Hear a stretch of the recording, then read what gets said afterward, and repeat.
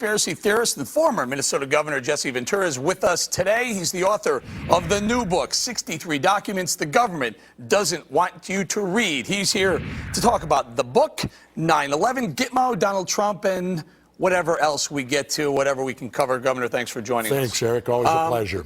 Can I start with the 9/11 stuff? You and I, sure. we went at it a couple of months ago, and sure. got a lot of emails. A lot of your followers emailed and said, "What are you talking about, Bolling? Don't you know 9/11 was an inside job?" I said, "You're out of your mind, you guys. Inside job." Tell me why. Explain to me why. Well, no, let's talk about my book and the documents in the book.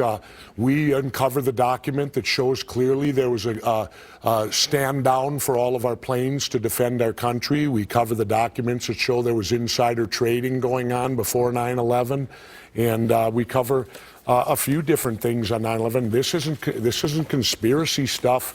We also cover the wait.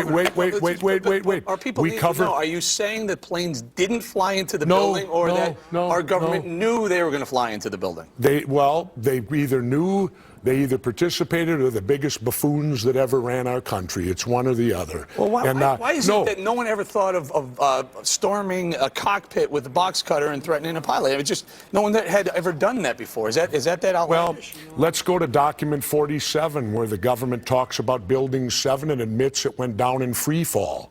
Well, free fall means it was demoed. That's just another word because it defies physics.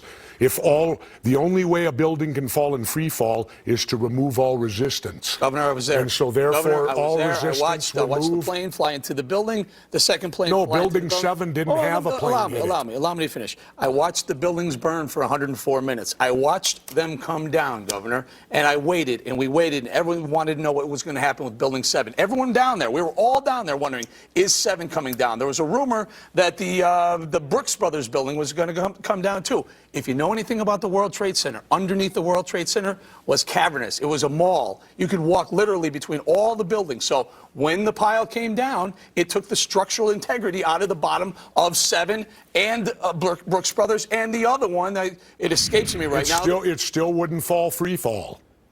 Because that defies physics.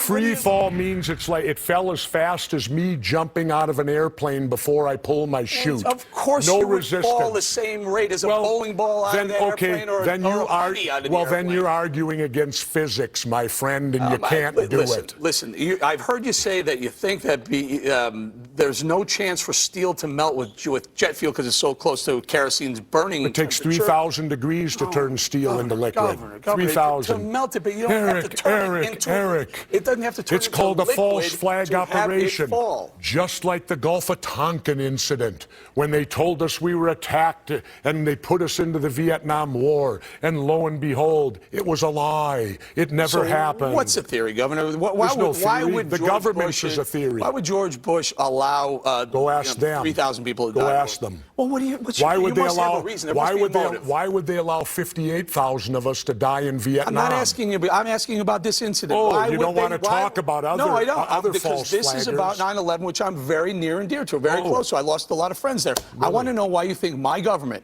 would allow something like that to happen. Have policemen, firemen, traders, moms, dads, Muslims. Why would they allow that to happen?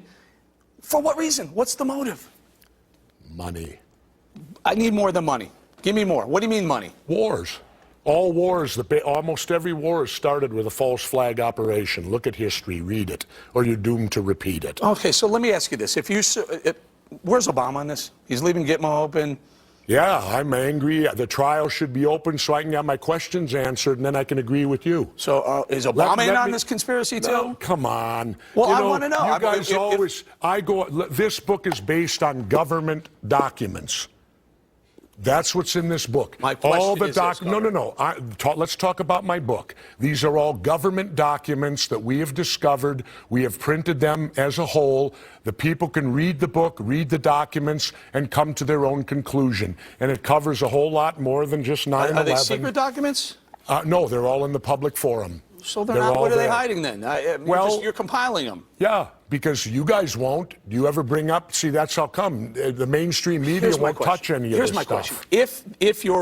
If you're right that this was a big conspiracy by the Bush administration to get us into a war over money, Why wouldn't Obama close Gitmo to bring all those conspirators here and have all the information that you want? That's a great question. It kind of shows that the president don't really run the country, does he?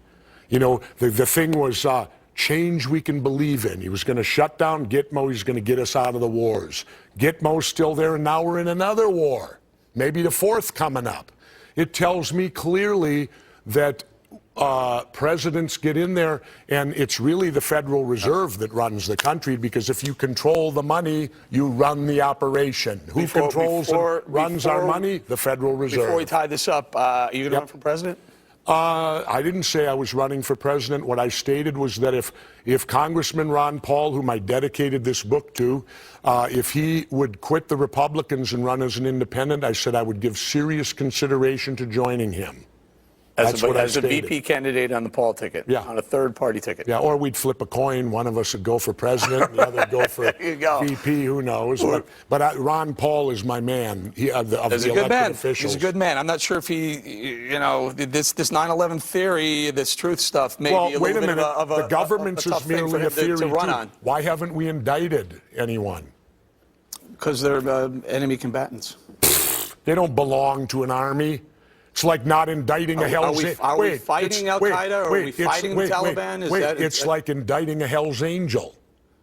They don't belong to a country. They belong to a gang, like the Hell's Angels, for example. Governor, do we try them in a military tribunal? No. Governor, how about an indictment? We probably both had a lot of friends who died in various places. Don't bring that up to me. Don't bring that up. Don't bring that up to me. I talk into the buildings. They may not call themselves an army, but my friend, they're an army. Well, so are the Hells Angels then, aren't they? Well, I'm not sure. Oh, really? That's different. We're going to have to leave it right there. Jesse Ventura, why didn't we waterboard very much. Nichols? I'm all for waterboarding. Up next.